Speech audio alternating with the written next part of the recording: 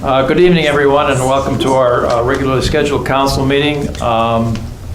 This evening, to lead us in the pledge, we have Cub Scout or Scout Troop 238 and Den Leader John Garlinghouse, who's going to have the troop come on up and lead us in the pledge. So come on up and.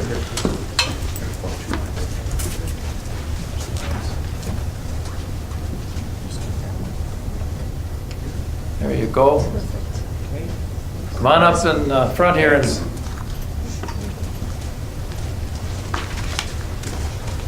Good. Right about there. Okay. Ready? I pledge allegiance to the flag of the United States of America and to the republic for which it stands, one nation, under God, indivisible, with liberty and justice for all. Thank you very much. Nice job, guys. Thank you.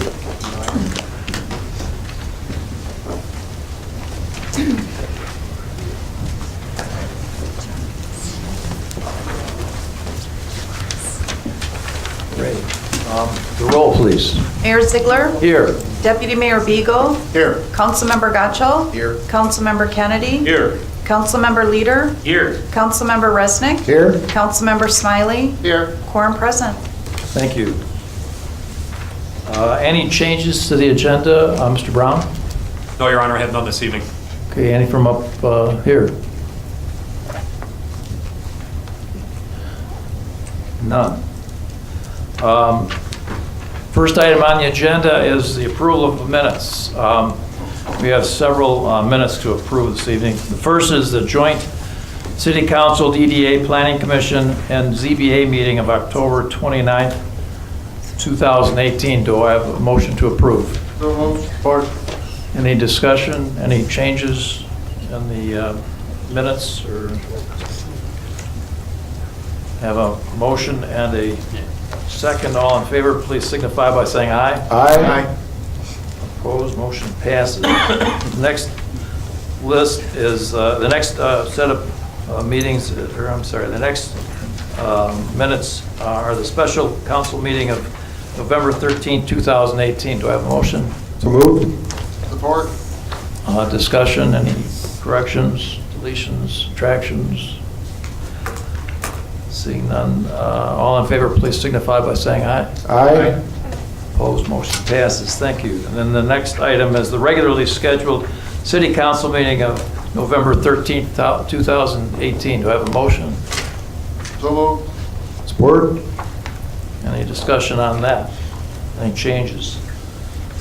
Nice job, Kathy. Thank you. All in favor, please signify by saying aye. Aye. Opposed, motion passes. Next item on the agenda is correspondence. We have one item of correspondence. It is a notice of hearing before the Michigan Public Service Commission for customers of the DTE Electric Company, case number U-20221. There was another one that didn't come through the official channel, but I think probably everybody got a copy of an email from one of the residents that wanted to send us an email.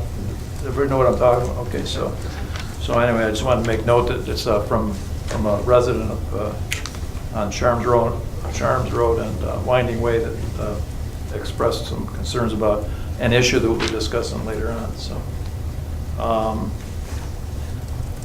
next item on the agenda is the first call to the public.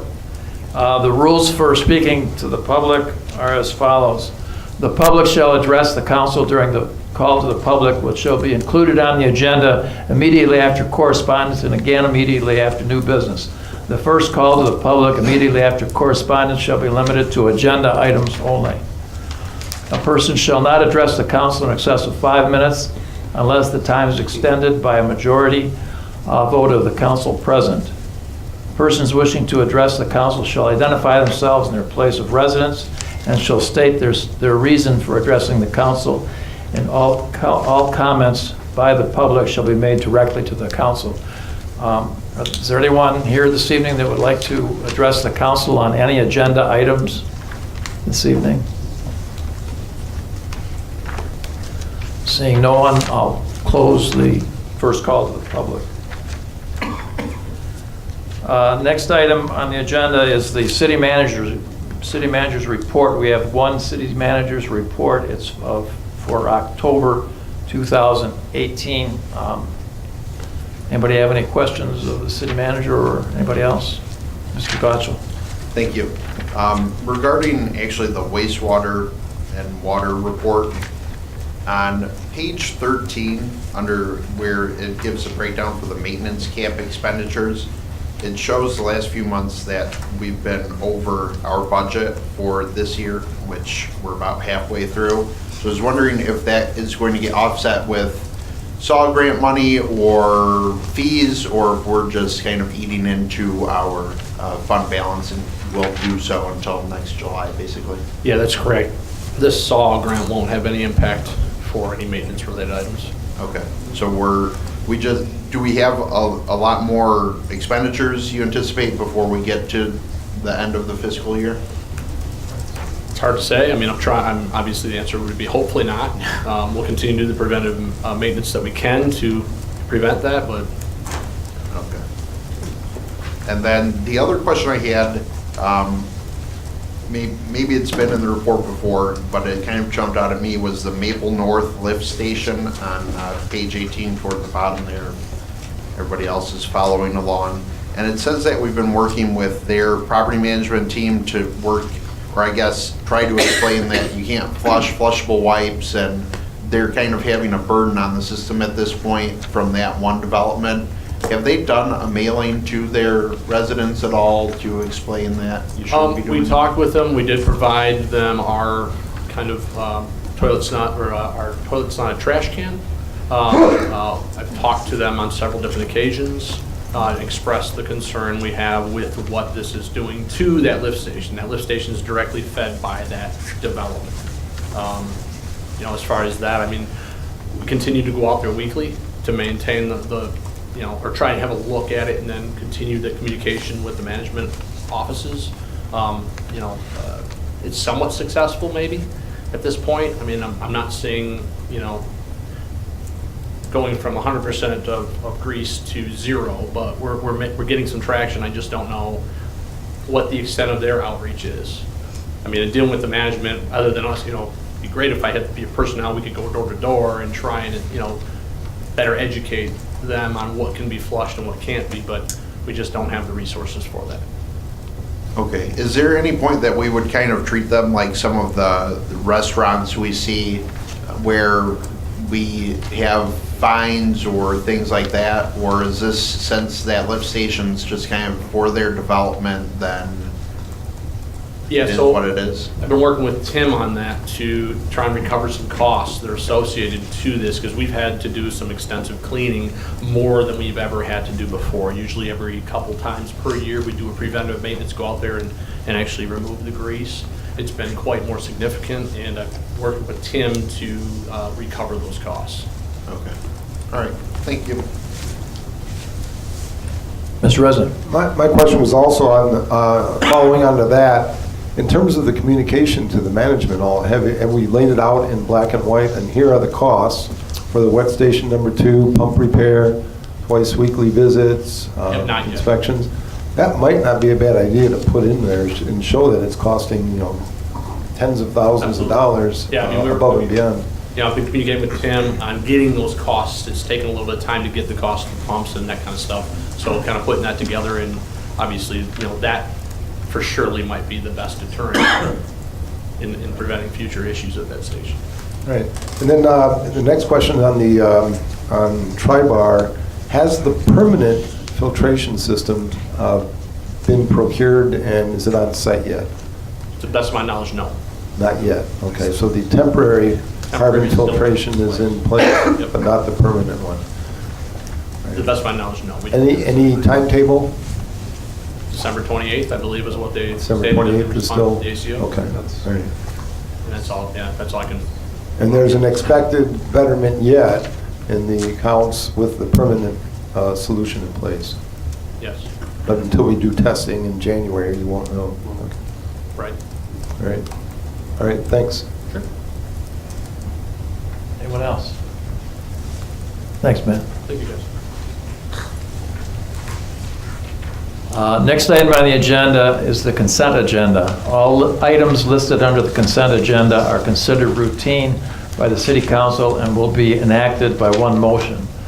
There will be no separate discussion of these items unless the council member so requests, in which event the items will be removed from the consent agenda and added to the regular agenda at the end of unfinished or new business. Do I have a motion? So moved. Support. I have a motion and a support. All in favor, please signify by saying aye. Aye. Opposed? Consent agenda passed. Thank you. There is no unfinished business, which takes us to new business. First item under new business is a recommendation to approve a request from Leo Sauve to approve final site condominium VCA site plan for development of 38 single-family residential lots to be called Milana Estates. Do I have a motion? So moved. Support.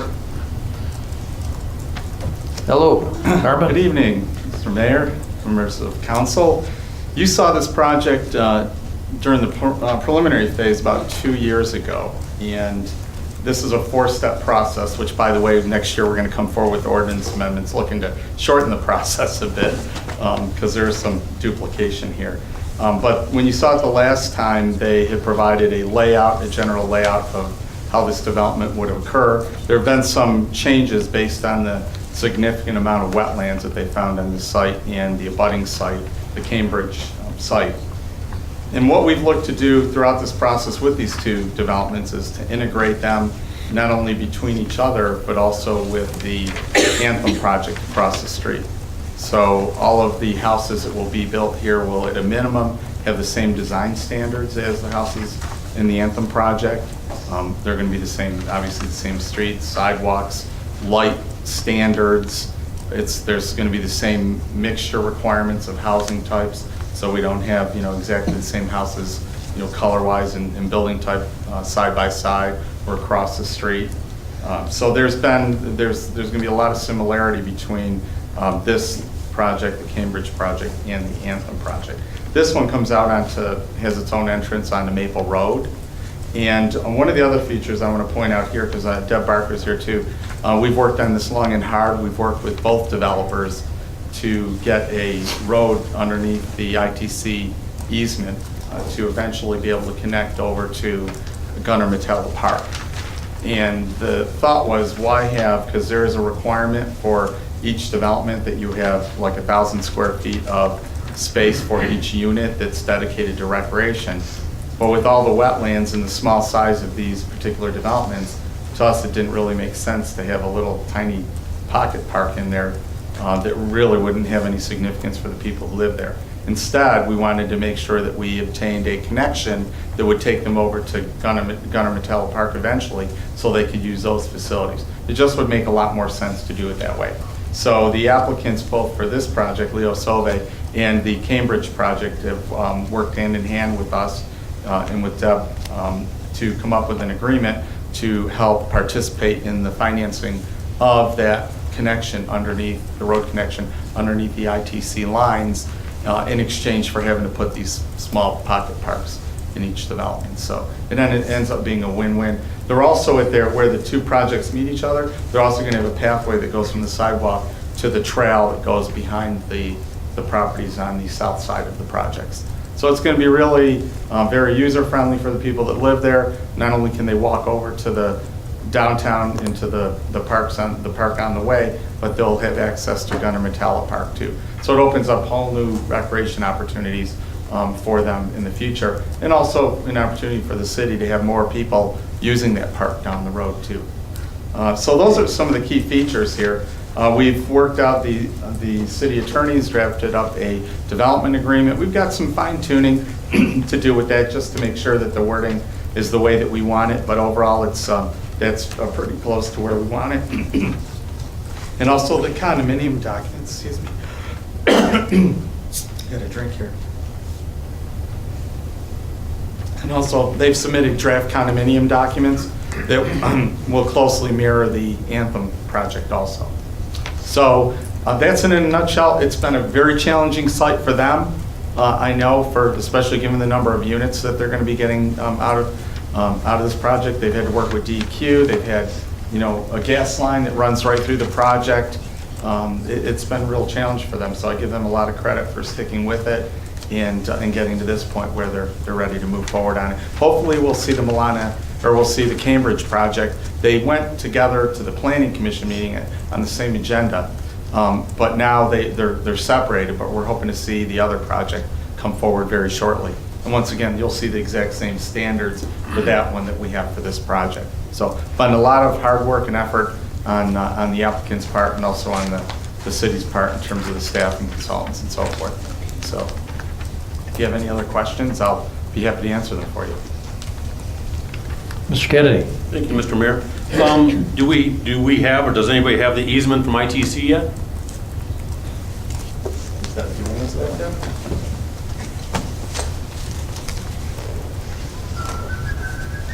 We do have the contract, and so once these have been approved, both Cambridge and Milana, then we'll proceed with the easement.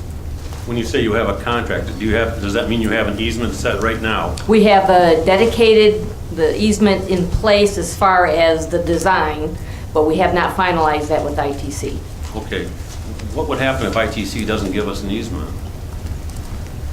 Well, I don't know.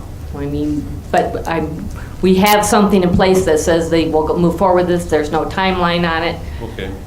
Sort of an agreement in principle that we'll do that and Yeah. sign and dot the i's. I got that, but it's just not done yet. Correct.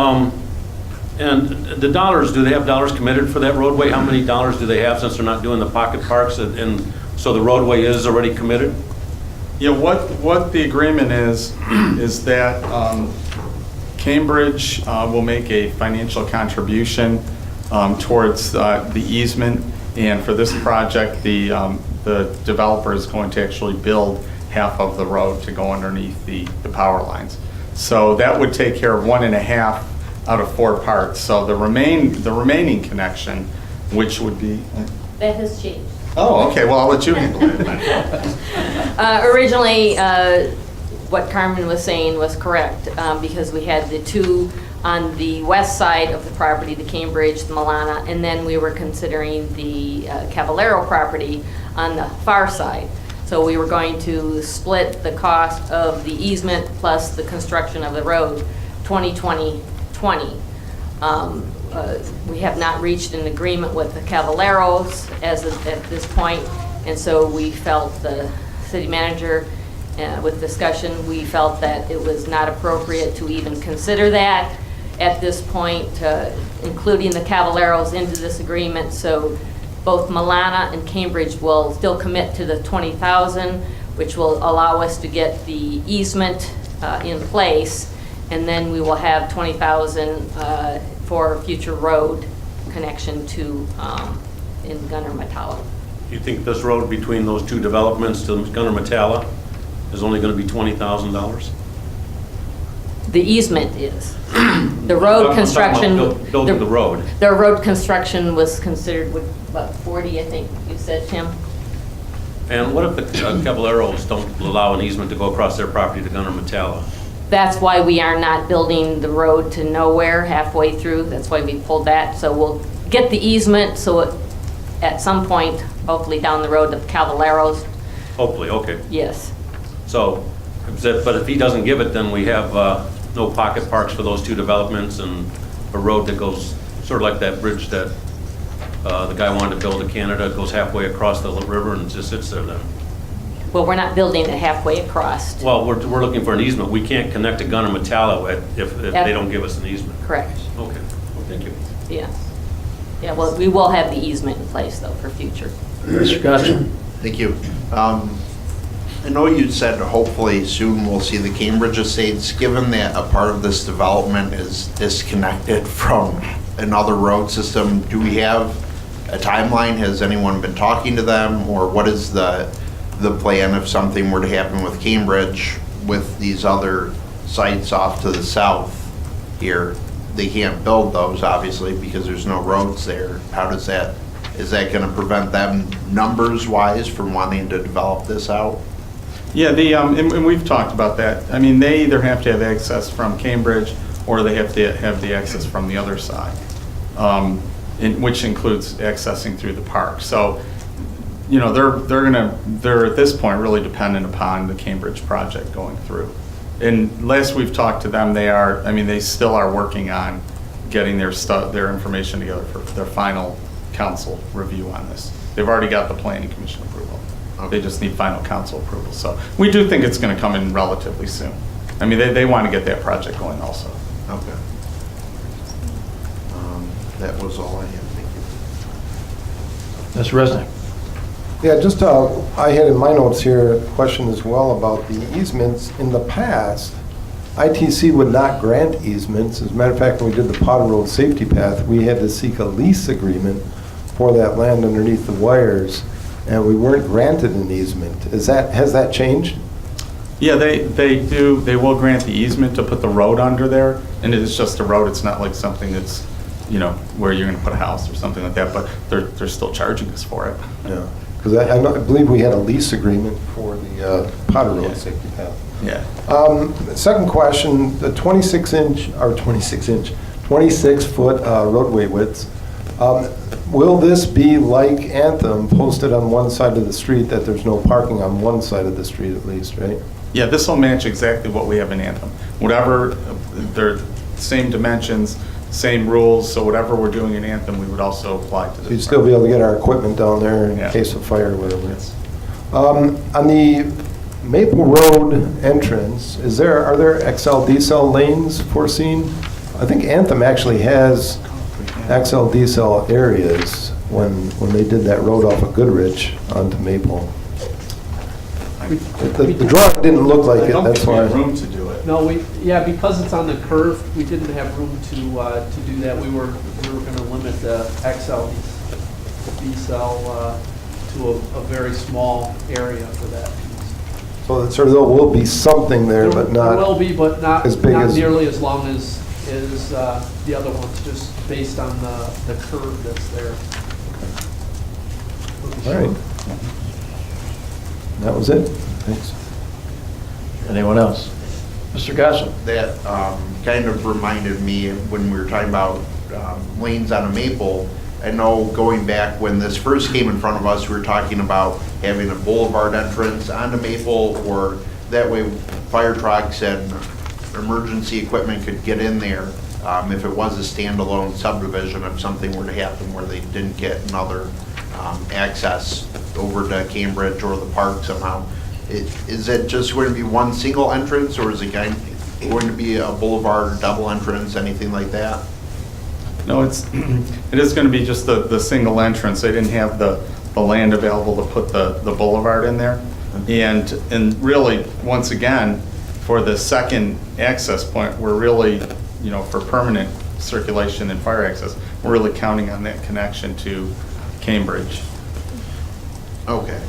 The Cambridge part would only cover those few lots off to the south. It still wouldn't take care of the northern section necessarily, because it looks like there's wetland or something in between those two. Well, there is a connection on the northern end too. There's one just beneath the turnaround there, the cul-de-sac. Okay. There's another one there. So eventually this will, you know, if you can't get it from Maple Road, you'll be able to come through Anthem and then up through Cambridge to get into there. I mean, that's the challenge. I mean, it's such a challenging site, and there's a lot, it's like a jigsaw puzzle. There's a lot of different pieces that have to interlock. And unfortunately, we can't put all the pieces down at one time. We've done our best to do that, and we've encouraged and worked with the applicants to do that. And we recognize that the easement on the south end and ultimate connection to Gunter Mattel it's a challenge, but it's one of those things that if you're persistent and you keep at it long enough, eventually, you can make that happen, and that's the approach that we're taking. Okay. I guess directed toward our public safety director. Is that then fine with our fire department and our fire chief at this time, just having the one single entrance going in to that northern part? I have to, during the pre-construction meetings, the fire personnel would have certainly had their eyes on these plans. Captain Giesler and Chief Roberts, they certainly would have had input into these plans. And I have no doubt that after having their eyes on them, they would have been comfortable with this, or they never would have agreed to it. Okay, thank you. You're welcome. And Mr. May, if I could, they do write letters to the Planning Commission for each review. So, and their review recommended approval, conditioned upon review of the final construction drawings, which is pretty typical for them and for the engineering, so. Anybody else? Okay, we have a motion and a second to approve the request from Leo Sauve to approve final site condominium VCA site plan for development of 38 single-family residential lots to be called Milana Estates. All in favor, please signify by saying aye. Aye. Opposed, motion passes. Thank you.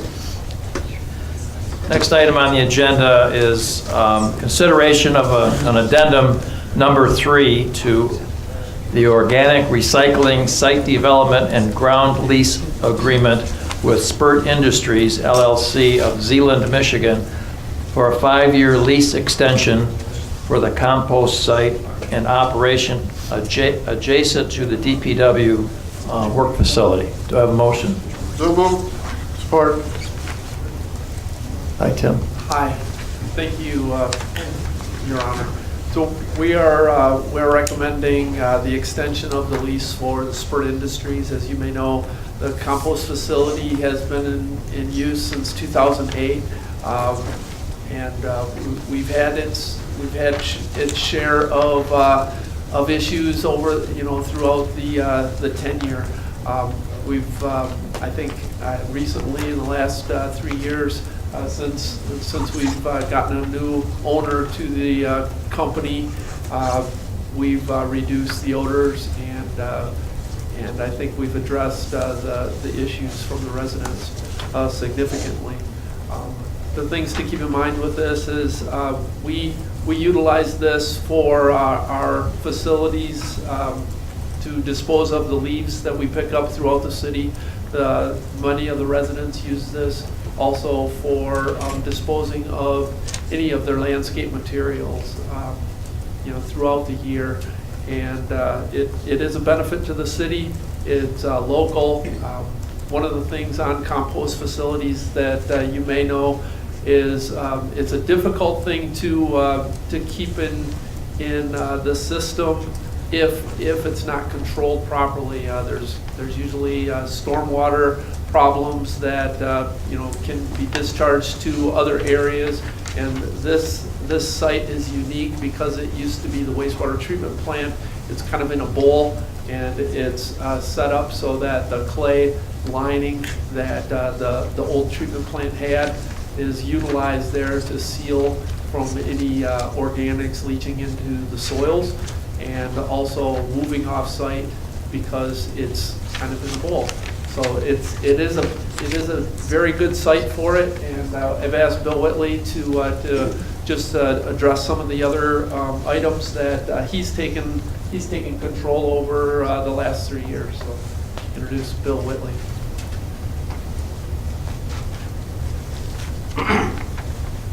Good evening. My name is Bill Whitley. I'm the owner of Spurt Industries. As Tim mentioned, I purchased this company in 2016, and since that time I've worked to make improvements at the site here in Wixom. I'm involved here and involved also in composting across the entire state. So in addition to my work at Spurt, I serve as president of the Compost Council of Michigan, on the executive committee of the Michigan Organics Council, and on the board of directors of the Michigan Recycling Coalition. I'm a member of the U.S. Compost Council and have completed the training course to achieve industry certification as a certified compost operations manager. As we wind down our third season in my time here at Spurt, we've worked hard to make improvements in the operations, which, as Tim kind of alluded to, was really in distress when I got here. We've improved the processing speed. We've reduced the amount of material that is on site. We've widened and created roads. Over the past 3 years, we tripled the number of operators that are employed at the site, and we've added equipment to enhance our ability to process yard waste into compost. We've done our best to be good citizens of the community of Wixom, and I want to be clear that we are citizens of the community of Wixom. My son is a first grader around the corner at Wixom Elementary. We accept all the material collected by the city DPW at no charge as per the terms of our contract. And so far this year, nearly 500 times, city residents have loaded yard waste into their own vehicle and drove material to our site, which we accept at no charge as well. And as I reviewed my customer list in advance of the meeting tonight, we have 22 other Wixom businesses that are customers of Spurt Industries and depend on us for their survival. And these landscapers are servicing Wixom residents and other Wixom businesses. We did receive some odor complaints last winter, and that's something that we take very seriously and that we've studied and that we've worked on. There's an ideal range of parameters that you want in order to successfully compost, and there's 4 key ones. There's carbon to nitrogen ratio, moisture level, bulk density, and free airspace. And without getting too far into the weeds on that, when we looked at the piles that were causing us problems before, we were heavy in nitrogen, we were too high in bulk density, and we were too low in free airspace. And so we made adjustments in our process to compensate for those problems. Now when we receive grass, which is heavy in nitrogen, when we receive fresh grass, we put it in between 2 rows of leaves. Leaves are heavy in carbon. By placing the grass in the middle, this gives us the ability to mix the grass and leaves together and achieve the proper carbon to nitrogen ratio. We've also changed the way that we handle our screened overs. Screened overs are at the end of the process. When we sell a compost or a topsoil, you want a very fine product. The larger things left, a stick, for example, those are screened overs, and we used to separate those as well. So in the past, we would have had grass, leaves, and screened overs separately. We now reintroduce those screened overs into the pile, and those larger sticks and larger items help to improve our bulk density and improve our free airspace, with the added benefit of inoculating the pile with the beneficial microbes that make compost. And I'm happy to report that this batch of changes in conjunction with the weather station that we've installed and monitoring those conditions and increasing our pile turning frequency has been successful. And so between Tim and myself, we have not received odor complaints since last winter. We continue to monitor our piles, and we continue to optimize our operations to be good citizens to the community. And so I hope that gives you kind of a quick window into what's been happening at Spurt and the progress that we're making, and to give you that and to ask that we move forward with executing the extension. Any questions? Mr. Beagle? Thanks. I'm appreciative that you're taking the effort to work on that odor situation. I know that was a big issue with our residents last year, and we need to take care of that. And another one, it was in the email that received from the citizen. He's talking about the jake breaking and stuff from the equipment. Maybe what you could do is send a letter to all your customers, because under Article 2 on our site operation, there's a stipulation, and they're prohibiting the use of jake breaking by the vendor's truck. So maybe you could send a letter out to your customers explaining to them the speed limit is 30 miles an hour on Charms Road, and the reason for that is there's residential, there's neighborhoods, and there's a school there, and maybe if they drove the speed limit, then they wouldn't have to jake brake. I mean, I understand that for these companies coming in and out, that time is money, and they want to get in and get out, but that's not a good excuse to speed and drive down Charms Road like that and through the city streets like that. So I appreciate if you could do something like that. Certainly, we can do that. And also over the summer, when that concern was raised, we posted a flyer in the office to remind all of the drivers that come in that jake braking is not permitted for people coming to and from the site. And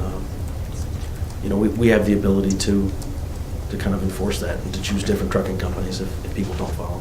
I appreciate that. Thank you. Absolutely. Thank you. Thank you. Anybody else? Mr. Resnick? First of all, thank you very much. It answered a lot of my questions, and I had, as Tim knows, I had pages worth of questions and I appreciate, Tim, the homework that you did regarding the alternate sites, and now I understand the difference of how the clay lining is a huge benefit and makes it an ideal site compared to some of the other communities that have tried this. And I really appreciate, because I did a lot of research a couple years ago when the odors first started happening, and again, it smells like fermentation is going on, and it was prevalent throughout the 4 subdivisions in that area, and maybe even down in years when the wind shifted. But there was the windrow turning is something that is absolutely necessary. If you look at any academic research, even from the 1980s, how can we guarantee that that practice will continue through the length of this contract if we extend the contract? So we're really in the business now of manufacturing a high-quality compost. And I will say that my business model there varies a little bit from the prior operator, who was really looking to bring material in. And I look at myself more as a manufacturing business, and we want to produce a high-quality product. And in order for us to do that, we need to turn, and we need to turn regularly. So the prior owner did not own equipment to turn piles, and he rented equipment periodically throughout the year to conduct that. And I purchased equipment to do it, and it stays on site all the time, and we've staffed for it. So I have full-time staff and full-time equipment so that we can be turning piles constantly. One of the other factors in academic research on this is that watering is just as important as the carbon and the nitrogen compound. And I think 50% or whatever is the ideal factor. 50 to 60% moisture is your ideal. Do you have active watering at the site? We are not actively watering now. We've looked at watering systems, and we've actually worked on a trial with Chupan Recycling on using some of their byproduct as watering piles, which is an added benefit to the city because they have an effluent that's been a challenge for Suez and the city there, and it's actually a beneficial product potentially for us in composting. So we're working with them and looking at that, yes. All right. 'Cause that's, I know that might have also helped the problem from 2 and 3 years ago with the odor as well, right? Yep. The other question I had is I know that we currently have the contract written so that the hours of operation are concurrent with the DPW yard operation hours. I did an informal survey with residents along Charms over the last week and found that the biggest complaint was odor, but I could not find a single person that said it's been there in the last 9 months, so thank you very much for addressing those. But the next biggest issue is the decibel level, and I know that there's been some studies, and it's at 57 dB, and that's below the federal limit of 67. But fact of the matter is, those residents that are 2 and 3 houses from Charms, their dishes do shake. And a lot of it is the much larger trucks that are going through there, and they're driving like bats out of hell. They routinely exceed the speed limit on Charms. And I've gotten behind a couple of them, and they're doing 46 miles an hour, right, in the 30 zone, and there's a school there. So I think that if there's a way to reinforce that, through the check-in station or whatever else, it would be appreciated. And the next question that all the residents I talked to this week had asked this question: can the hours of operation be further limited so that it's not as much of a nuisance? Suggestions from people were like from 10 to 3 versus the 7 to 5 right now. That would be very favorable for the residents that live in those 4 subdivisions. So I just want to hear a comment about that. It makes it difficult to limit that, only in that most of the companies that come in are landscapers, and they have their job to do as well. And if they can't get into the compost facility until later in the morning, it makes their job more difficult, I would say. And we do get, there are waste management trucks that go through on a daily basis and are on a schedule as well that would limit their ability to use this site as one of their recycling areas. So it does make it difficult, you know, and the 7 o'clock to 5 o'clock is a normal business hours for, you know, this kind of industry. And again, the complaints are, a lot of people are still home at 7 a.m., preparing breakfast for the kids who, you know, start at the middle school at whatever time. I know it's at 8 or whatever, right? 8 something. And the nighttime, when parents are coming home and preparing the evening meal, and sometimes that, people do eat early still, right, at 5 o'clock. So I think if anything that can be done to further limit those hours, I think that would be very, very beneficial to those residents that make most of the complaints, so. All right, let me just see if anything else on mine.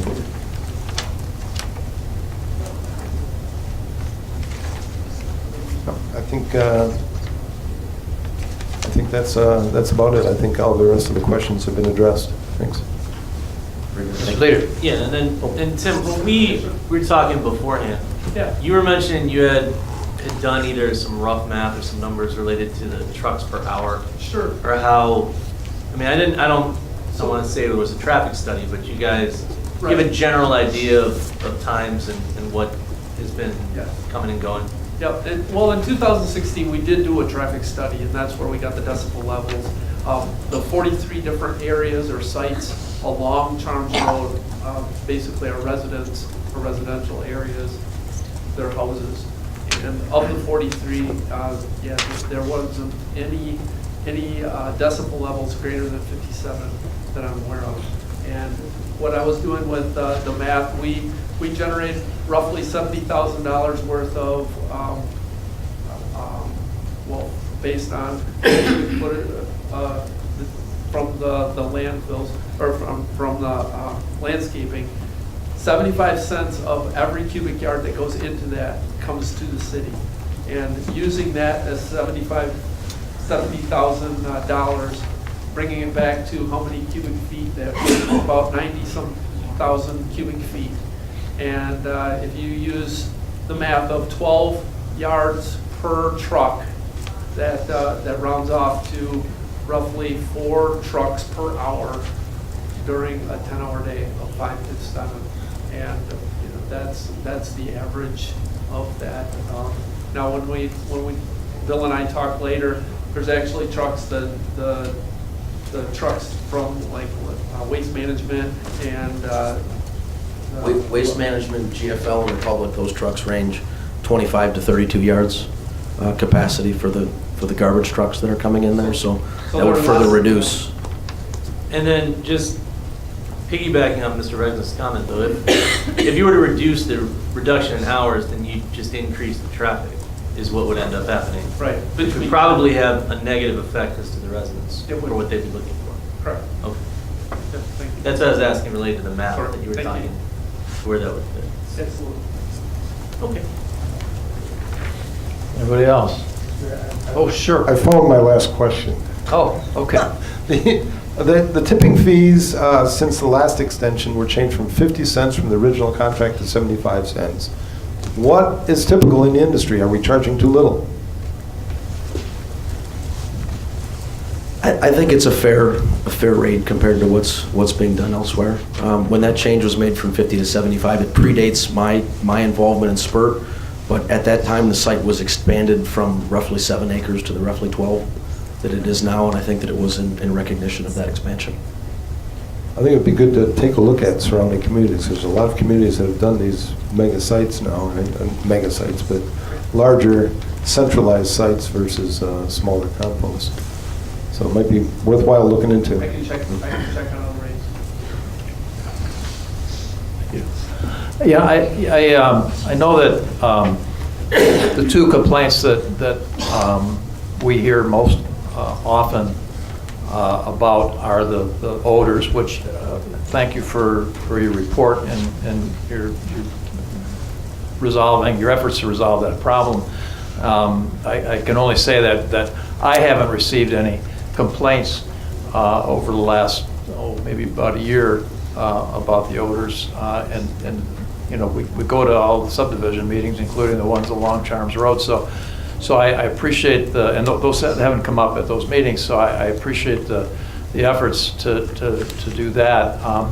The other is the traffic and the complaints that we have on the traffic. And maybe we're kind of looking at the wrong people when we, want you guys to address that. Although I think the letter that would go out to the people about the fancy driving is probably appropriate. But maybe what we need to do is talk about it in the area of law enforcement and try to, and maybe it's up to us because of the different programs that the police department have going on right now relative to speeders and these other problems. Maybe we need to take a hard look at maybe dedicating maybe an officer to just do traffic duties in the city. I mean, we get a lot of complaints and a lot of issues along those lines, and maybe taking a look at that in the budget meetings for next year might be an appropriate way to address some of these issues that come up. But I'm convinced that you've done a good job in turning that place around, and certainly I support this particular motion. Thanks a lot. So, if nobody else has anything, we have a motion and a second. All in favor, please signify by saying aye. Aye. Opposed? Motion passes. Thanks. Thank you.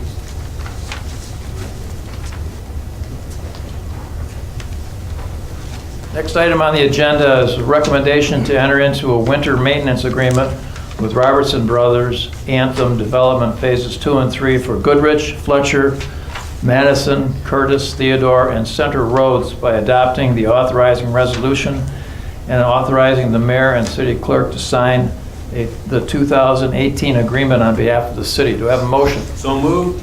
Support? Discussion. Yeah, so this motion is for the winter maintenance agreement. It was my hope that we were going to be accepting these streets a little sooner, and that has not come to fruition. So once again, the development has asked us to go ahead and perform the winter maintenance for this. I utilized the county's rates for this because that was the only fair thing that I could do. Unfortunately, I didn't get the 2% more than we wanted to from the county, so it was just maxed out at the 2%, just like the county's rates, and that's what you see before you. So it's still reasonable, and I think it's we will be performing this in the future anyway, and this is just good practice for when we actually take over the roads. Anybody have any questions? Okay, I have a motion to accept the winter maintenance agreement for all those streets I mentioned, and authorizing the mayor and the clerk to sign the agreement. All in favor, please signify by saying aye. Aye. Opposed? Motion passes. Thank you. Thanks, Tim.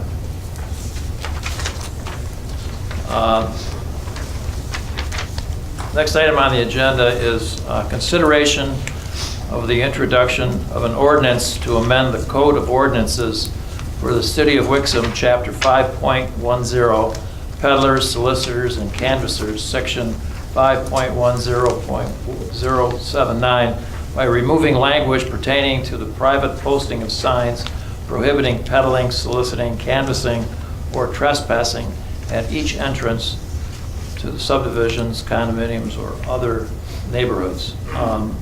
This discussion was kind of, or this was kind of requested by a couple of council members that were kind of bantering it around.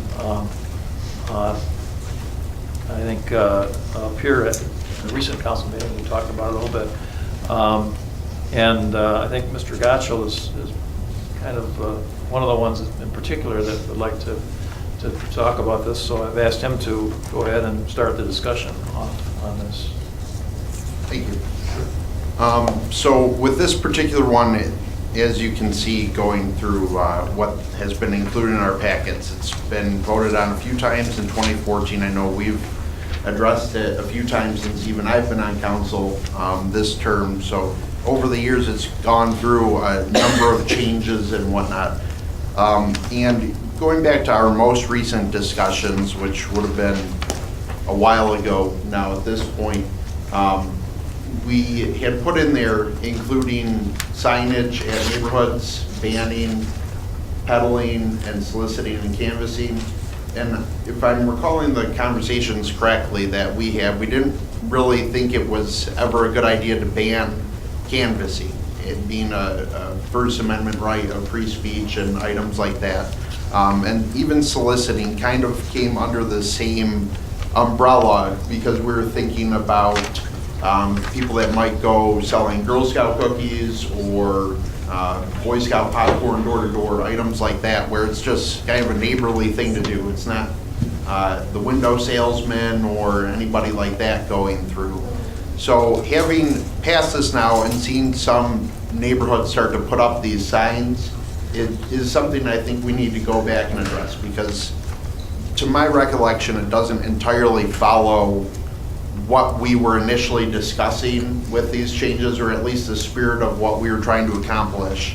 I understand the peddling and not wanting to deal with that, but I don't really think it's right to ban outright canvassing and potentially even soliciting throughout an entire neighborhood, just based on trying to get at the window salesman or the what have you, basically. So I know the city manager had put in kind of some changes that he had put together here, and I'm not, those get rid of the signs altogether except for on just individual households.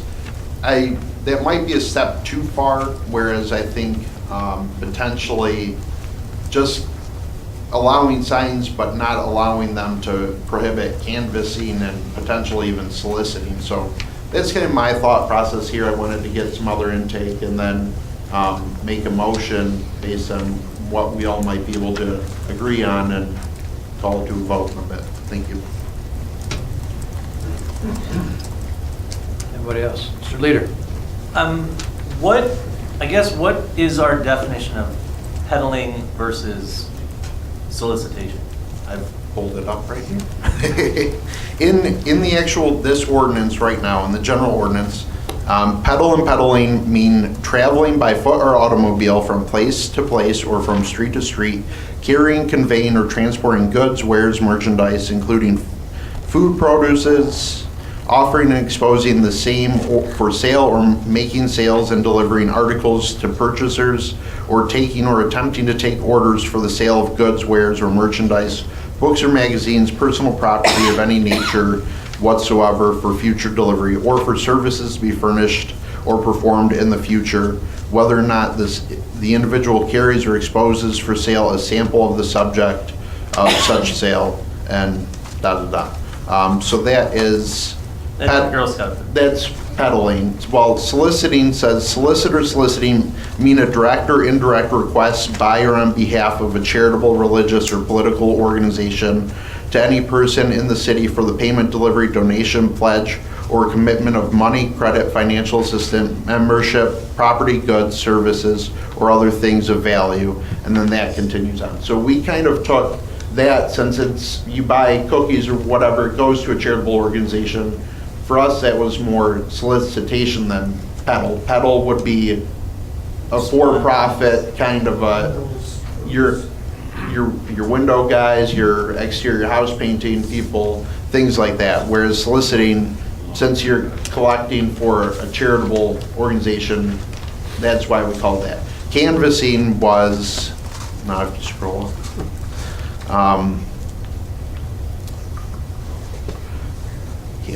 Canvass and canvassing mean to enter upon private property without any prior specific invitation or appointment to inform, educate, advocate, petition, secure petition signatures, request or enlist support or opposition, or to convey any other message regarding religion, philosophy, ideology, politics, including parties, candidates, initiatives and issues, charitable organizations, or other cause or issue by verbal, written, or other forms of communication, including the distribution of handbills, flyers, and other materials.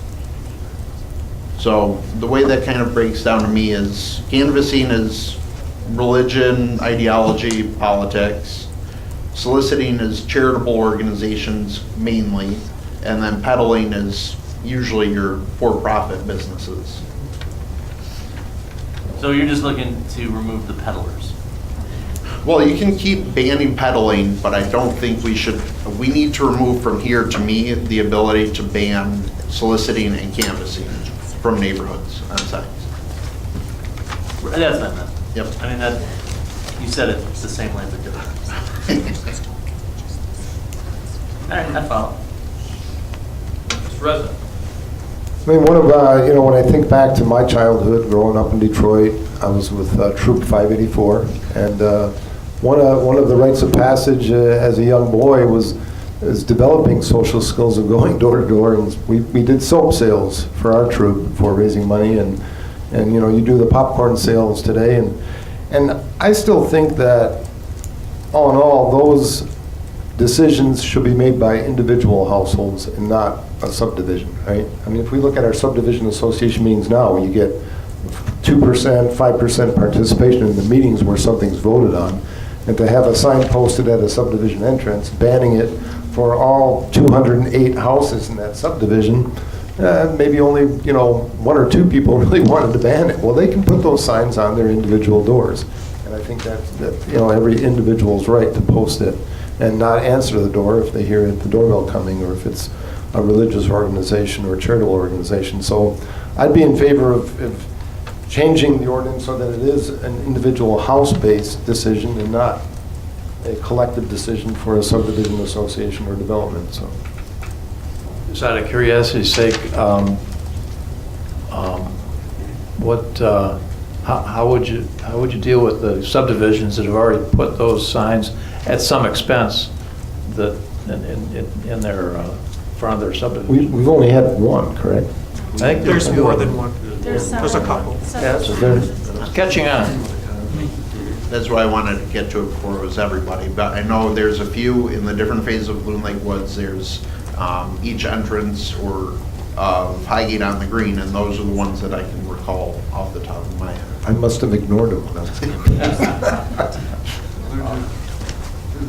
And just one other comment is that we do have an ordinance that deals with peddlers and the peddler's license, and there is a process for canvassers to approach the public safety director with a note saying, I plan to be canvassing in these neighborhoods at such and such a date. So I think those are adequate solutions. So. Mr. Kennedy, did you? Yes, thank you, Mr. Mayor. Mr. Brown, so what do our lawyers say about this whole thing? What does the Supreme Court say about it? Sort of covered in my report to council, the city attorney was comfortable with the way the ordinance was written. In other words, it wasn't a question of legality. Councilman Resnick mentioned the concern about a minority of people being able to make a decision for an entire neighborhood effectively with that signage at the entrance to the neighborhoods. She was comfortable with that from it's a representative democracy just like anything else. Maybe only 50% of the voters pick the president, and then the rest of us that didn't vote on that would have to live with that decision, much like this particular situation. So she wasn't concerned about it from a legality standpoint, and that's what I tried to convey in my report. It's not a question of legality, it's just a question of whether the ordinance as it stands is what council wants to use to restrict or regulate that kind of activity, or if they're interested in modifying that by potentially removing that signage at the entranceway to the subdivisions and neighborhoods and allowing it to be done on an individual property by property basis. That's really what her answer was. I did not get into the details of what to do about signs that were up. That's something that was interesting and something that would probably have to be addressed. The first answer to that question would be the signage would no longer be supported by the ordinance language that would be in the Code of Ordinances at that point. It would reference a section that wouldn't really give those signs any weight because there's no, if you strike the language addressing the signage at the subdivision. So fundamentally, they'd be rendered non-compliant with the ordinance language, or not having any effect vis-a-vis the ordinance language. Obviously, that might still have the impact of causing people not to go through the neighborhoods, obviously, and we'd have to address that and decide how to deal with the signs that are already up. That would be an interesting issue. Thank you, sir. Mr. Leader? Yeah. And my question was one of enforcement, really towards how it's enforced now regarding the licensing and things like that, where, I've had people come to my door with no licenses, saying that my shingles are messed up when I had my roof replaced last year, whatever. But I'm trying to figure out in twofold. One, if they have a sign up now in the neighborhood and somebody decides to go canvas, what's the enforcement protocol there? And then what's the enforcement protocol with the existing licensure? And when the unlicensed people are going through, how's that going? Well, with respect to signage at the entrance to a subdivision, I can tell you that one of the officers recently went to one of these neighborhoods where there was signage at the entrance and told a very large religious organization, if I named it, you would know it right away, please do not, I guess that would be canvas here. I shortly thereafter received a letter from that religious organization's corporate counsel telling me, you can't do that. That's our First Amendment right. This is a friendly recommendation to you to have your officers not tell our people to leave and stop that behavior. And I believe, if the police were to continue in that regard, it would subject the city and the department to. And that's why it's related to the enforcement, because Sure. you're under the color of law, and that's a Section 1983 issue. The question that, I guess more along the lines of the non-for-profiteering businesses with the licensing, I mean, are they ticketed? Are they just asked to leave?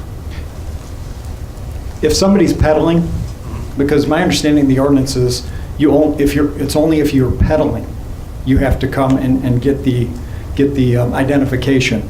If they're peddling without a license, typically, unless the officer remembers a face or remembers a particular organization, they'll typically get a verbal warning. Hey, beat it. Or tomorrow morning, go to the city and do it properly. If the officer happens to see a person again or recognizes an organization, it's still ABC Incorporated, and the officer knows that ABC was warned last week, they'll probably get a civil infraction ticket, which is a non-criminal citation. It's not something that the officer could take the person to jail for. It's the equivalent of a speeding citation. So typically it's a verbal warning unless they're a frequent flyer. Yeah, and if the signage were to remain in effect, it would just act as a deterrent. Well, I've instructed my officers not to do that because I don't want to subject the city to civil litigation. If a organization or a individual was peddling, canvassing, soliciting. Well, peddling's different, Yeah, but if somebody's if they soliciting or canvassing in violation of a sign, I've told them, and sometimes it makes the homeowners association presidents and the residents unhappy with me and with the police department, but I also don't want to subject the city to a First Amendment violation either. So I've instructed the officers, I don't particularly, not that I don't care, but if there's a sign at the entrance, you're not to go in there and tell them to cease and desist. Gotcha. Yeah. So I guess what I'm saying is if there's no way to enforce it and they want to put the sign up, the sign's just a deterrent that the neighborhood wishes to put up. It's a question of if it's an issue of we don't like the signs at the front of the neighborhood because they look bad, or if it's just that we're concerned about people coming through. If there's not any enforcement method, then why change it? Mr. Smiley. My feelings are similar to that of Councilman Resnick's, dealing with, letting people on an individual basis put a sign, no soliciting, that sort of thing. And this came up, from what I understand, or came up, because we were concerned about a First Amendment, violation or concern. And Public Safety Director Moore's, example is insightful, just the kind of thing I think we were worried about. So I like the idea of changing this to an individual basis.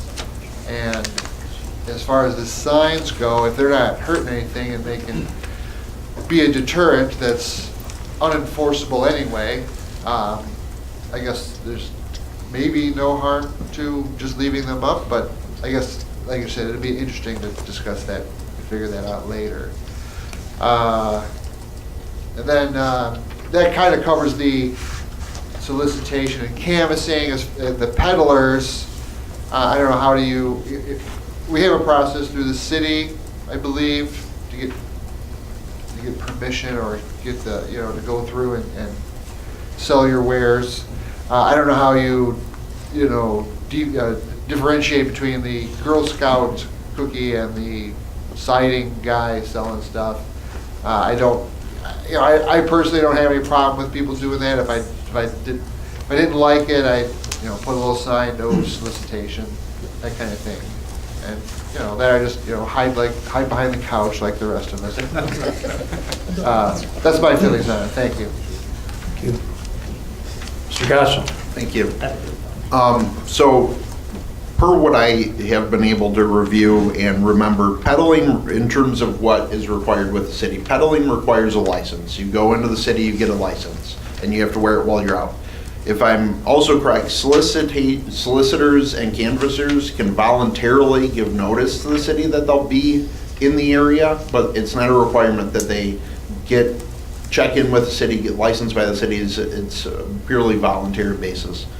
And then going back to council member Leader's comments about enforcement versus not enforcement, I think it's important to remove that section of the ordinance, because right now, even if we're not enforcing it, I think we're still kind of on the hook, because right now those signs mean something. They point to our rules and our ordinances, and I didn't even know about the religious notice that came through or anything. This was kind of something that had irked me on my own. I mean, and that was my main concern, is somebody with big pockets is going to be willing to take a sport over it. And to me, if we leave this on the books, those signs mean something. And so the homeowner associations don't have big pockets. They're going to also go after the city. And that's kind of where I see this leading to, without even having known that that was something that came up. So I guess at this time, I'd like to make a motion that we... Could I have? Sure. Well, thanks. I find a disconnect, frankly, with what the attorney advises, that they're comfortable with it, and yet we have a situation like Director Moore comments on, about somebody saying, hey, it's unconstitutional for you to prohibit us from, because we have our religious rights to, and our right to free speech. So I have a little bit of a problem with that, and I think that frankly we don't have we haven't had serious issues, and I don't know. I think part of it too has to do with and I've talked about this before, when we're out canvassing, I guess it's canvassing, for running for office. I mean, how else is somebody who has never run for office before, how are they going to make themselves known to people other than to go door to door? And where does that fall in there? And I know that I mentioned last time, because there's always a couple of neighborhoods that I always go to that I have problems in, because the people, they're younger than me, but they're still senior citizens, and they object to people coming up there to their house. Some of them do. Some of them love to see you come, and they'd love to have conversation with you. But they do call the police, and we do have an issue there, and I don't know how to deal with it. I don't know that you're ever going to get the perfect ordinance, but I do find a disconnect with what the attorney's telling us, and with and this isn't a new issue. This has come up over the past 20 years that I've been around up here. It's come up, oh gosh, I'll bet you 5 or 6 times we've hashed this out and talked about it, and we still, and part of it is because it's changing law, and there's a lot of different things that occur, and case law develops. I guess I'm not quite satisfied with the attorney's take on it.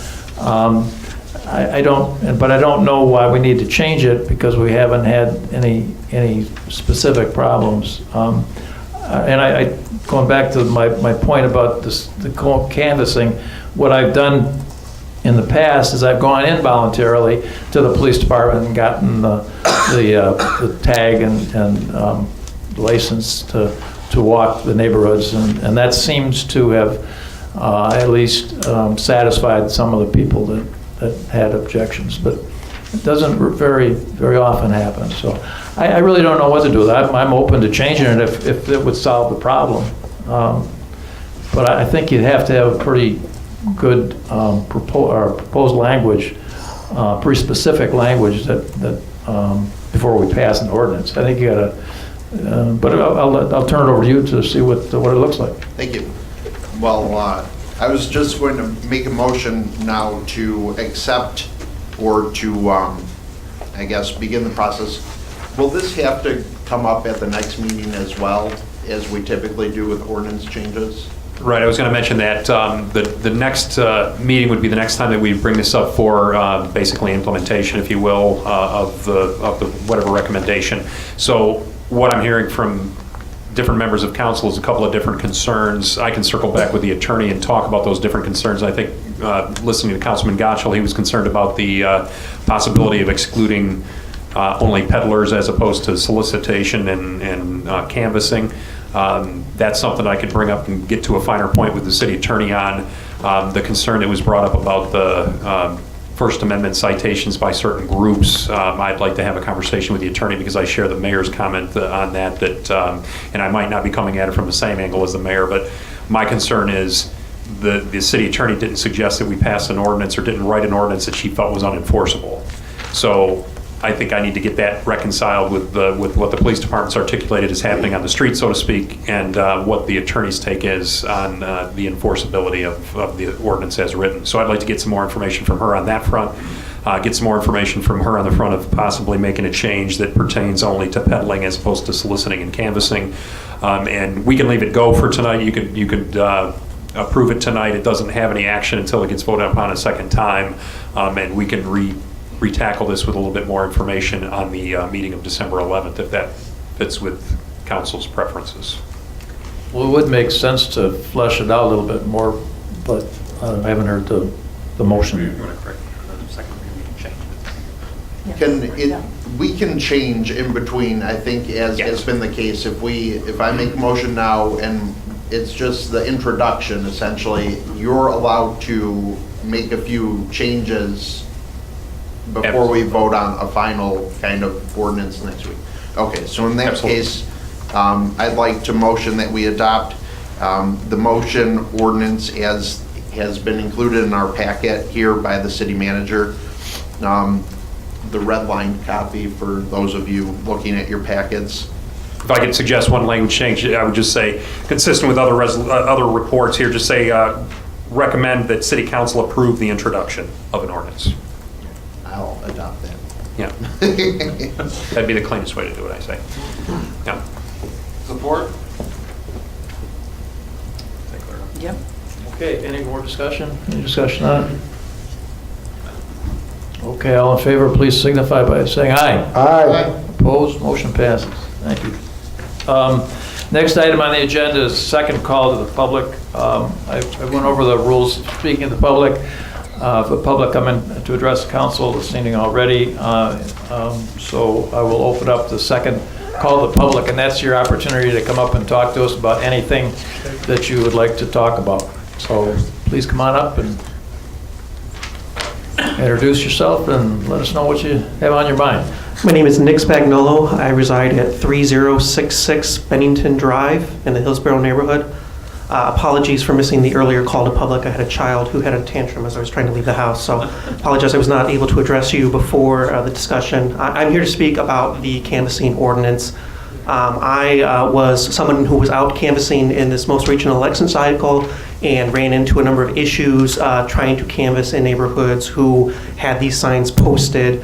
Politics is not something that I've necessarily been heavily involved in the past, and this year was different, so I was not aware of this ordinance being in existence, and not necessarily sure how to handle it when citizens of those neighborhoods would come and say that they were going to call the police on us if we did not leave immediately. It seemed to me to be a First Amendment protected right. I did reach out to the ACLU after these incidences that I took place, and they've been in contact with me I have in my possession a certified letter that they sent to former Mayor Hinckley, former Manager Goodlean, and Carol Rosati. I'm not sure if she's currently the city attorney or not. Back in May 11, 2017, about some of the constitutional issues that they had with previous wording of this ordinance. They take up a couple of options. There was previously, according to the information in this letter, and I'm not an expert on this ordinance, but it appeared that they made a number of recommendations that were taken up by the city in terms of canvassing being a required thing for people to come and register with the city rather than voluntary as it currently is. There were concerns about the time limitations about when people could canvass in the city. I believe the language relating to canvassing specifically in terms of time limitations had been removed based on the recommendations. But the last part of their letter was about the specific language about canvassing being included in neighborhood-wide banning and the unconstitutionality of that. And they, I believe that with the council's previous acquiescence to their other concerns about the other topics, that nothing further came from that.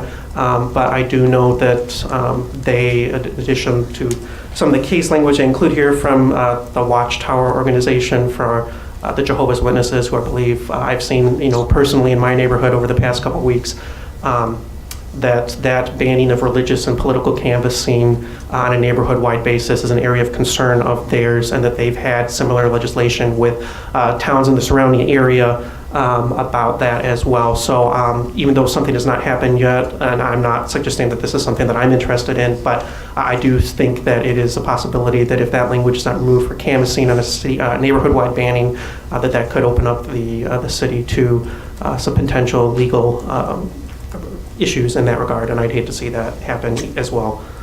So I thank you for the discussion tonight, and I will look forward to further discussion on the December 11th meeting, but I definitely am in favor of removing that canvassing language from that particular line of the ordinance with this signage. So thank you for your time. Thank you. Yeah, just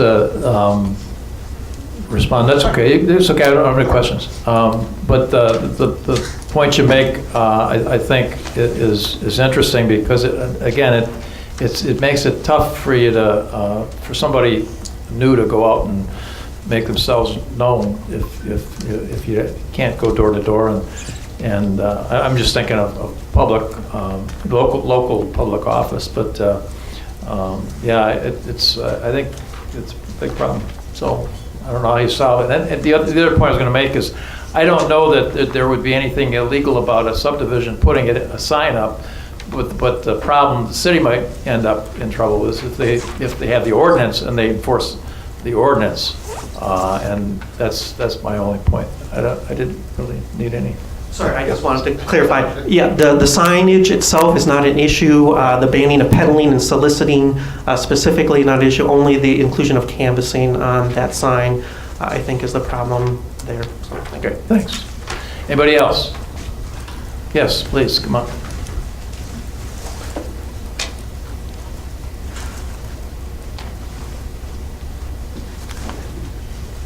Hello, my name is Jane Clevan. I live at 507 Nature's Cove Court.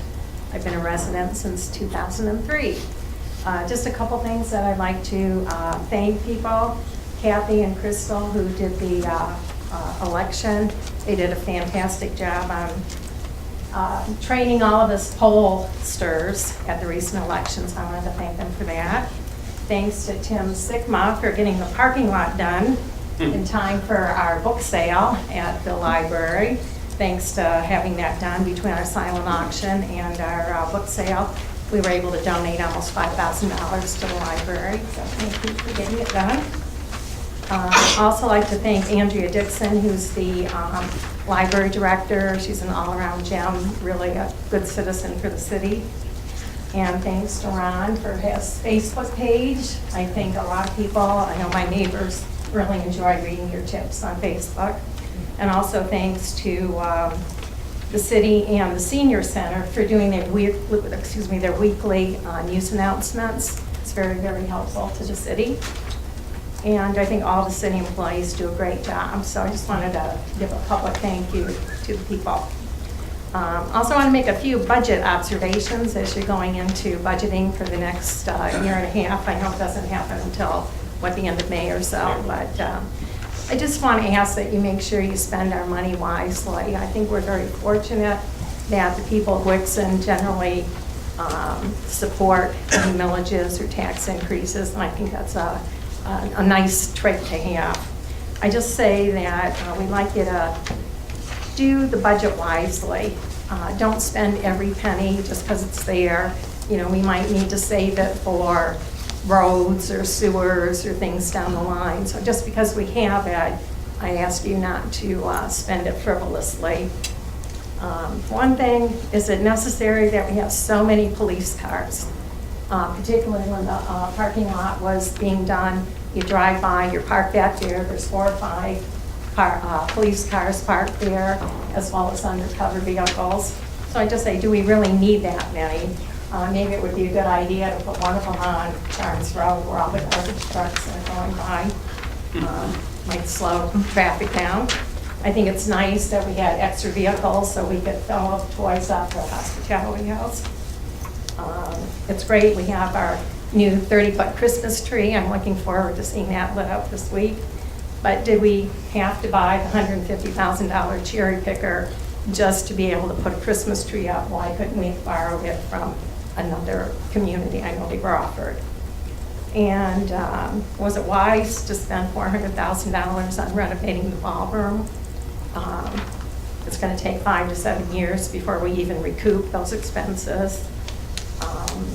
So at any rate, I just say make sure that when we do put items together, that there's something that really benefits the city. One final request is, can we accelerate putting the signage on the senior center? I know that there's some discussion, do we need a sign there? I think the seniors would like to have a sign up. Someone suggested putting something like the 50-plus club, which would be kind of nice. So I just like to put that on the table, that the seniors would like to have that done. That's all I wanted to say. I'd have to wait so long to be able to join it, though.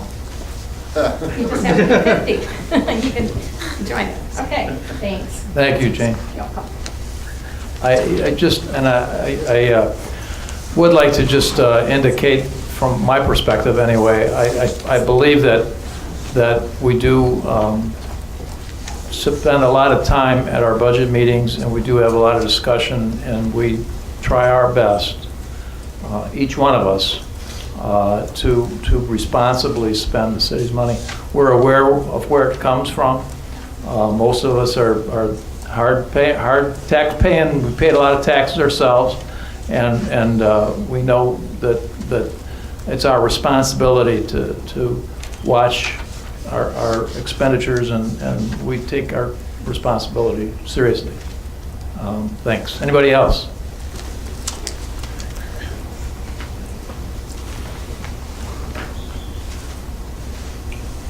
Good evening, Mike Smith, 1692 North Street. Sure, none of you guys have ever seen an email from me about Spurt. I have to say this year, with the changes they made, I've only smelt it maybe once or twice, and it's been, you smell it in the evening and then you didn't smell it in the morning, which is a huge change from what it was. I also do recognize it's a good revenue source for the city, and it does provide benefits for the residents. I just challenge the council to stay on top of them and make sure that they continue what they're doing and operating the way they are now. And then also look into any way we could put money aside to fix the DPW driveway that these trucks are going up and down. I don't think that driveway was ever designed for the traffic it gets now. And I think that's something that we should be prudent about, and taking some of that money, or maybe charging us, a surcharge to those trucks for using that road, so we don't get stuck as the taxpayers redoing a road that a private business utilized the most. So that's all I got. Thank you, guys. Thanks, Mike. Anybody else have any comments they want to? Yes, sir. Step right up. Oh, okay. So each of us Boy Scouts have a question to ask all of you. Well, now, do you remember what we've said before, you have to say your name and your address. Yeah. And then. I'm Noah Springer. I used to be a resident of Wixom, Michigan. I recently moved to Commerce, Michigan. Now I'm living at 2300 Trillium Hills Drive in Commerce. So all of us Boy Scouts have questions to ask all of you city council members. Real quick, thank you for doing what you do. And so here's my question. Why did you think about joining city council? We're going down the line, or? Yeah. Are we gonna all have to answer every one of these questions? Why don't you just take one, because we've got 1, 2, probably 6. Yeah, why don't we do that? Okay. Okay, you go ahead and do this one. The short and sweet answer, I just wanted to serve my community. Okay, good answer. I'll be the judge of that. Okay, very good. Who's up next here? So they turned the tables on you there, Mayor. I don't know how this happened. Yeah, you can see the high school students, we asked them questions. Aiden's in Blackwood, 3270 Terracore, Wixom, Michigan. Is the city council part of the judicial branch or the executive branch? Go ahead. It is not part of the judicial branch. The judicial branch is located in the court system, the Supreme Court, Circuit Court, Federal Court, State Court. That's where the judges enforce the laws that are done. The city council would be more on the executive branch of government side, although you would call it a municipal government. That we are running a city. The executive branch, as you may have heard, would be more on the presidential side, as the CEO of the nation. And then there's the legislative branch, which would be Congress, the House of Representatives. And that filters down all the way from the federal level and then the state level. Michigan has an executive, legislative, and judicial branch, and as it comes down here. So we would be as the executive branch of the city. Thank you. This way to put that. Legislative, I'm sorry. Legislative. You confused me. Yes, sir. Hi, my name is Michael Garlinghouse. I live at 3172 Pimbleberry Court. My question was, when elected, how long do you serve as a member of city council? I got that. Okay, Mr. Kennedy. 4 years. And the mayor, unfortunately, has to run every 2 years. Oh, okay. But it gives me an opportunity to go out and see everybody twice as much. You get canvas. Yeah, you Canvas, as long as the police don't. I didn't know. As long as the police don't come. All right. Who's next? Who's up next here, young man? Do you have a question? I don't know. Michael already. Somebody come up and answer.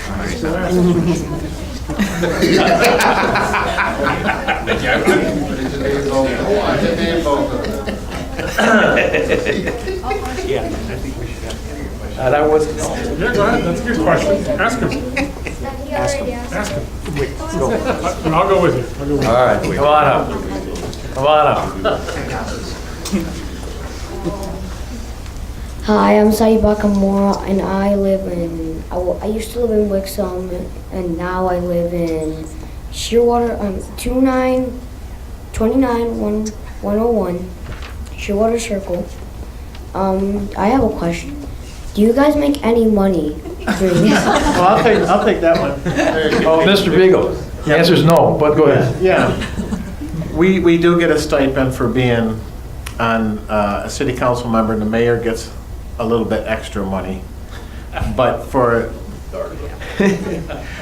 the amount of time and work that we do for the city, it's not very much.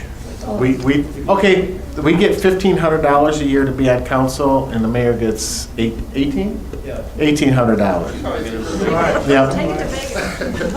I also have one more question. I want to know what the positions are for this, like mayor, deputy mayor, and stuff like that. You want to know which ones we are? I'm the mayor, and our deputy mayor is Mr. Beagle. and the rest of the members are council members. They might tell you different, but that's what they are. Thank you. Yes, sir. Anybody else? Okay. There's a couple more back there. It's okay. I think we're good. Maybe next year you guys can come up and ask a question. We love to have you come out to these meetings. We love to have you lead us in the Pledge of Allegiance. We're proud of you and for serving and appreciate you coming. Anybody else want to address the council this evening on anything they might have on their mind? Sure. Do you have a question for each of us? No, really, it's just more of a summary. So I'm Josh Springer. I also used to live in Wixom, but now I live at 2300 Trillium Hills in Commerce. First and foremost, I want to say thank you guys to the council for having us here and for letting us speak and for giving us the opportunity to lead the Pledge of Allegiance. Specifically, I want to thank Councilman Smiley for coordinating all this stuff on the inside of the walls. I kind of coordinated on the outside along with our den leader, John Garlinghouse. And then just a couple real quick comments. I also like the idea of setting up the speed trap for the speeders on Charms.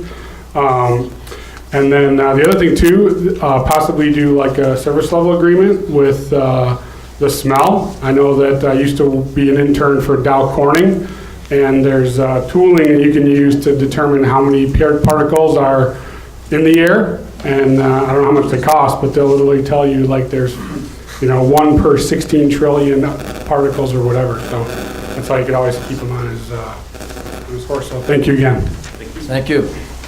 Thanks, Lloyd. All right, anybody else?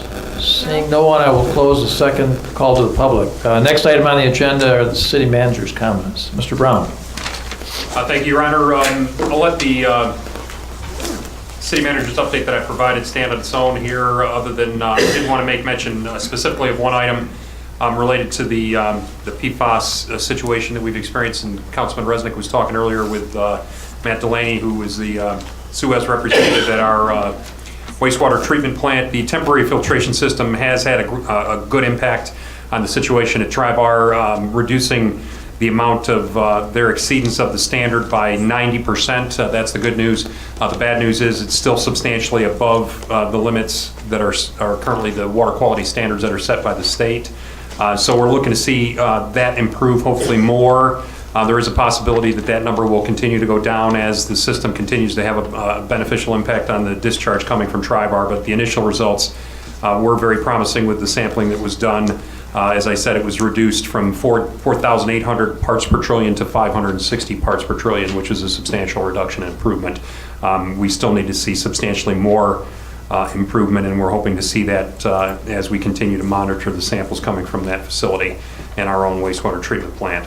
So I did want to start off mentioning that. A couple of other things that I wanted to add to the discussion here is our tree lighting festival, and I hope that you guys will reiterate this as well, is coming up this Friday, November 30th from, I believe it's 5:30 to 11 p.m.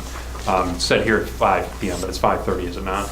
It's 5:30 to 11 p.m., so I apologize for that inaccuracy on that update there, but it's from 5:30 to 11 p.m. We think that the tree lighting is going to be right around 6:35, my intelligence sources tell me. So we're looking forward to that. Very exciting to see the tree go up over the last week's time.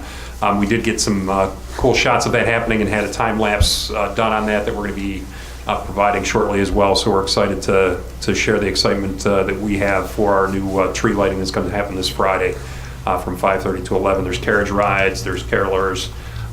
There's a beer tent that's new to our celebration. Santa arrives. It's going to be a good time for everybody. So we encourage all residents of Wixom and beyond to come on out and participate with us on Friday. The other things that I wanted to make mention of, we have an opening in the city manager's office. Our administrative secretary, Wendy Brink, who served us for 3 years very ably and very well, has gone into a new opportunity. And we have posted that administrative secretary opportunity on Indeed.com, as well as the Michigan Municipal League's classified site as well. If you're interested in making yourself a candidate for that, we'd love to hear from you. And if you know anybody that you think would make a good candidate for that position, we encourage you to make referrals for that opportunity to those folks and encourage them to apply. The other thing that I wanted to make mention of is just wishing a happy Hanukkah that begins on December 2nd and runs through December 10th. And look forward to all the things that are going to be happening in the upcoming holiday season here. So that's all I had. If there's any questions that Mayor and Council has for anything from the update or anything else on their mind, I'd be happy to do my best to answer any questions. Could you make a comment on the savings that you've got on the item number 3 at the bottom of the page? Might be worthwhile to mention.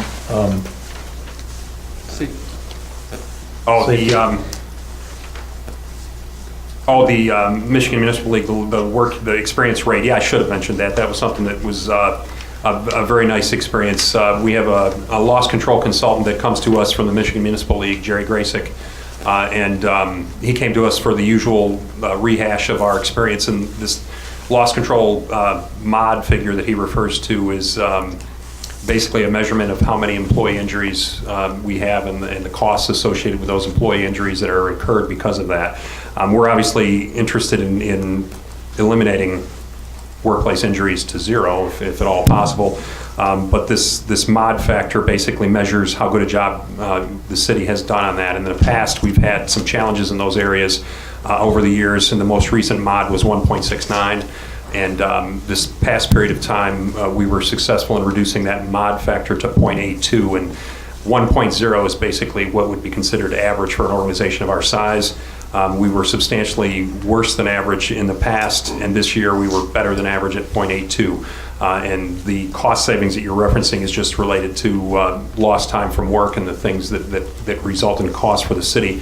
And it was over $200,000 a year before, and it was reduced to around $100,000 this year, a savings of about $110,000 overall. So I appreciate you reminding me of that, Mayor. So that's something to be proud of. Congratulations to the employees for being careful and taking care of themselves in their work that they do for the city and for the residents and for the businesses. And that's also something that is to the good for the supervision that's over those different operations as well. So congratulations to the frontline employees and to the supervision involved, because those are the people that accomplished the improvement this year, and we appreciate that, and the taxpayer should also appreciate that as well. Thank you. Thank you. Next item on the agenda are the City Council's comments. Mr. Kennedy. Thank you, Mr. Mayor. Yes, please remember the Tree Lighting Festival is this Friday, along with the Historical Society Wassel Open House, which is Sunday. Breakfast with Santa will be coming up before we get together again. I believe most of you guys are passing out pancakes. That'll be fun. And happy Hanukkah to our Jewish community. Thank you, sir. Thank you. Mr. Gatchell. Thank you. I wanted to thank the Scouts for coming out to grill some of our council members with tough questions and lead us in the Pledge of Allegiance this evening. And that's all I've got for tonight. Thank you. Thank you. Mr. Smiley. Thank you, Mr. Mayor. Yes, thanks to the Scouts for coming out. That was great. You guys did fantastic. I do also want to encourage people to go to the tree lighting festival this Friday. My wife and I are excited to attend. We'll make sure we're there before 6:35. Really sorry to have missed Mrs. Brink's sort of farewell lunch.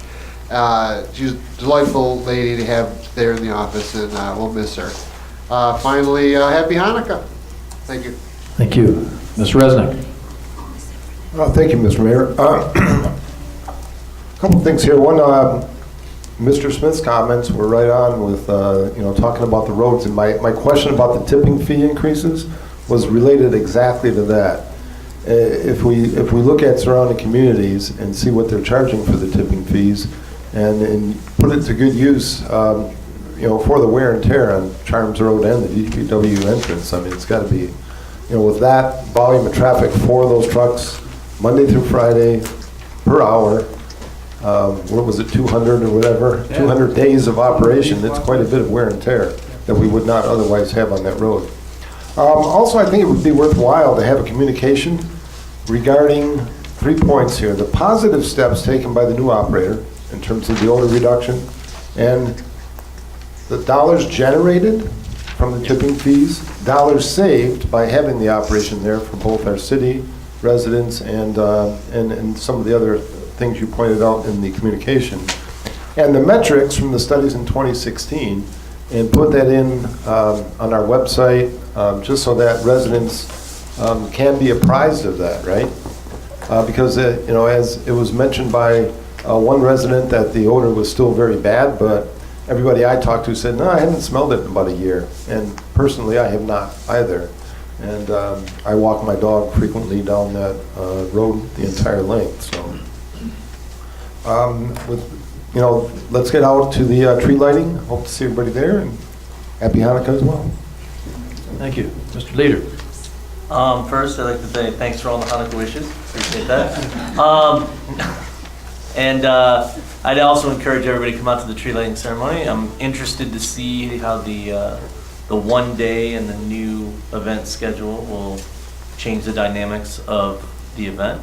I think it's going to be a positive experience for everybody. Also wanted to say I was very impressed with the owner of Spurt Industries. I thought he was well-spoken, he was knowledgeable, and now I was impressed with his dedication to addressing concerns of the community, and I think that the ongoing relationship will be a positive one. And I can't say that I've always been impressed with people who have spoke, you know, on behalf of their things, but he was somebody who deserves recognition. And to all of the rest of the Jewish community, happy Hanukkah. Yes, the MOT. Deputy Mayor Beagle. Thanks. I want to thank the Scout Troop for leading us in pledge tonight, and with the grilling us on the questions instead of us grilling the audience. It was kind of different tonight. It was fun. Yeah, we got 3 employees celebrating work anniversaries this month, and want to thank them for their service to the city. Looking forward to seeing everybody Friday night at the tree lighting ceremony, and if they'll have me again, I'm looking forward to being at Breakfast with Santa and working that event. It's a great event that the fire department puts on, and I'm pleased to be able to help you guys out with that. Happy Hanukkah. Good. Thanks. Thank you. Happy Hanukkah as well to our Jewish community and Mr. Leader in particular. And a good meeting tonight. With that, I'll entertain a motion to adjourn. So support. All in favor? Aye. Motion passes. Everybody go home.